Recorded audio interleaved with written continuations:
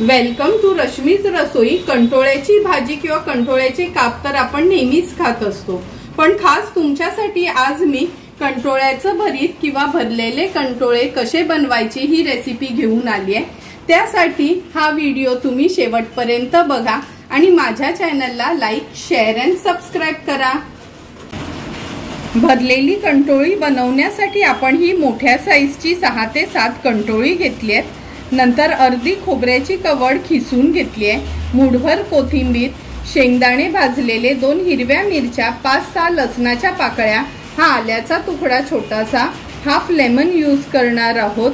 नंतर 2 ते 3 टेबलस्पून तेल वापरणार आहोत, 1 चमचा साखर, अर्धा चमचा हळद आणि चवीप्रमाणे मीठ यूज करणार आहोत।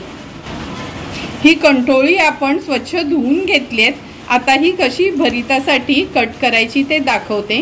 हा देठ आहे तो काढून घ्यायचा आहे। नंतर हा जो वरचा भाग आहे ना, तुम्हाला आवडत असेल तर अगदी स्लाइटली असा थोडा खरवडून घ्यायचा आहे, नाही खरवडला तरी चालू शकतो, पण अगदी स्लाइट मी त्याला फक्त असं खरवडून घेते। नंतर हा भाग आहे ना, हे बघा असा आपल्याला कट करून घ्यायचा आहे। ह्याच्या आतलं आहे ते ह्या चमच्यानी आपण काढून घेणार आहोत। चमच्याचा हा जो पाठची बाजू असते त्याने अगदी अलगद हाताने सर्व बिया ह्यातल्या काढून घ्यायची आहे आणि चटणी भरण्यासाठी ती जागा व्यवस्थित आपल्याला मोकळी करून घ्यायची आहे। हे बघा चमच्यानी पूर्ण ह्याच्या आतल्या बिया वगैरे आपण काढून घेतल्या। अशाच पद्धतीने सर्व कंटोळी आपण आता साफ करून घेऊया। एक एक करून सर्व कंटोळे हे आपले साफ करून झालेत। आता हे आपण वाफवून घेणार आहोत। वाफवण्यासाठी ही आपण चाळण घेतली आहे, ह्या चाळणीला मी थोडंसं तेल लावून घेतलंय। आता हे व्यवस्थित आपण वाफवून घेऊया। एक 5 ते 6 मिनिटांसाठीच फक्त आपल्याला हे वाफवायचे आहेत। पाणी ऑलरेडी मी हे उकळवत ठेवलेलं, आता ही चाळण ठेवूया ह्याच्यावर आणि एक 5 ते 6 मिनिटांसाठी आपण हे वाफवून घेऊया। कंटोळे वाफवेपर्यंत आपण ह्याचं वाटण तयार करून घेऊया किंवा मसाला तयार करून घेऊया। हे सर्व इन्ग्रेडियंट्स जे मी तुम्हाला दाखवले ते ह्या मिक्सीच्या भांड्यात घेते आणि अगदी गरज लागली तरच थोडंसं पाणी आपल्याला घ्यायचं आहे आणि छान जाडसरच हे वाटून घ्यायचे आपल्याला।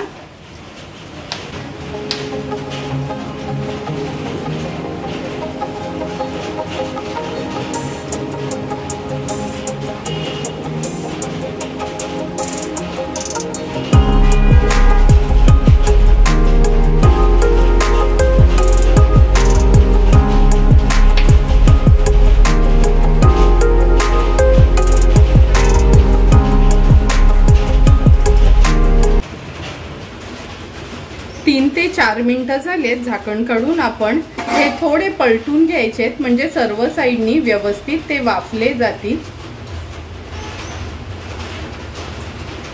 आणि पुन्हा आता मी झाकण देते त्याच्यावर आणि आणखीन 3 मिनिटांसाठी वाफवून घेणार आहोत।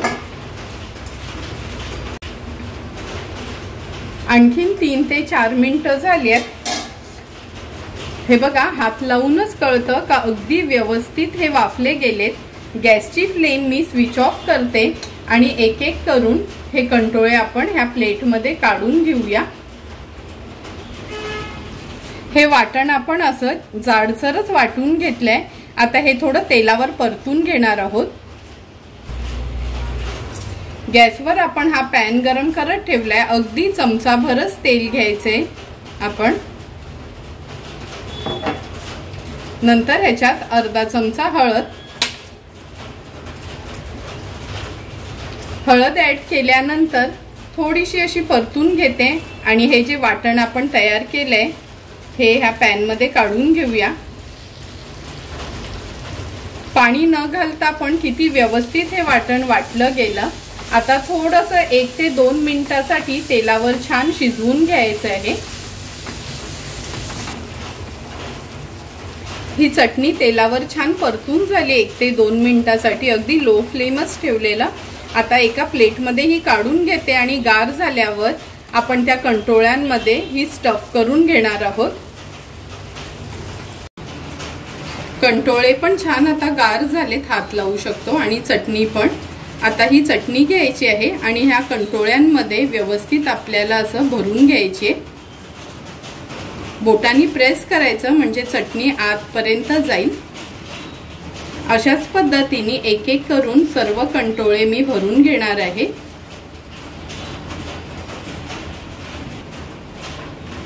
सर्व कंटोळे हे आपले भरून झालेत। आता हे आपण फ्राय करणार आहोत।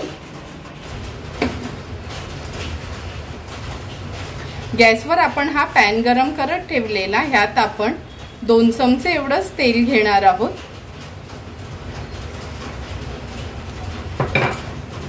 आणि लगेचच हे कंटोळे आपण असे आडवे ठेवायचे आहेत हे वाफवताना, कारण का ते सर्व बाजूनी आपल्याला व्यवस्थित फ्राय करून घ्यायचे आहे।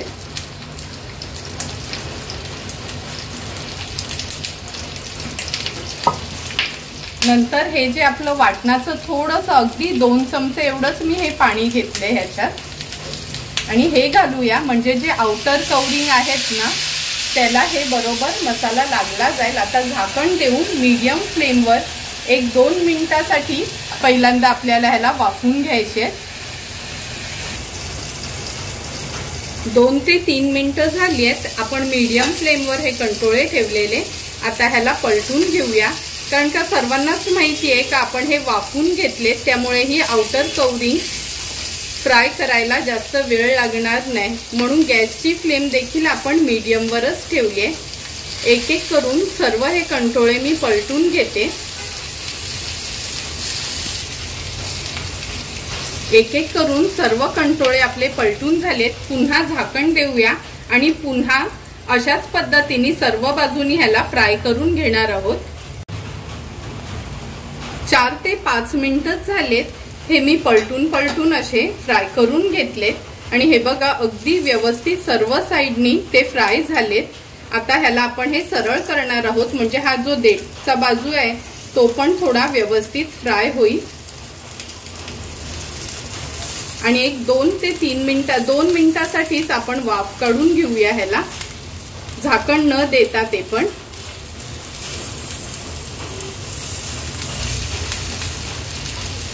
दोन मिनिटं झालेत, हे कंटोळे आपण असे उभे ठेवलेले, म्हणजे खालची बाजू पण त्याची व्यवस्थित फ्राय होईल। आता हे आपले कंटोळे तयार झालेत।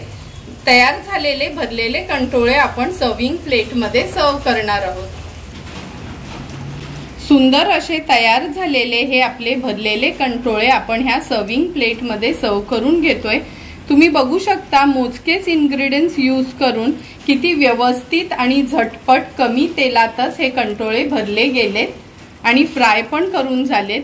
तुम्हाला पण जर मी बनवलेले हे कंटोळ्याचे भरीत आवडलं असेल तर तुम्ही पण या पावसाळ्यात नक्की माझ्या पद्धतीने एकदा तरी हे कंटोळे भरलेले करा आणि मला कमेंट करून सांगा की तुम्ही बनवलेले हे कंटोळे कसे झाले ते। तुम्हाला जर मी बनवलेल्या हा कंटोळ्याचा व्हिडिओ आवडला असेल तर नक्की माझ्या चॅनलला तुम्ही लाईक, शेअर अँड सबस्क्राईब करा। Thank you for watching my video.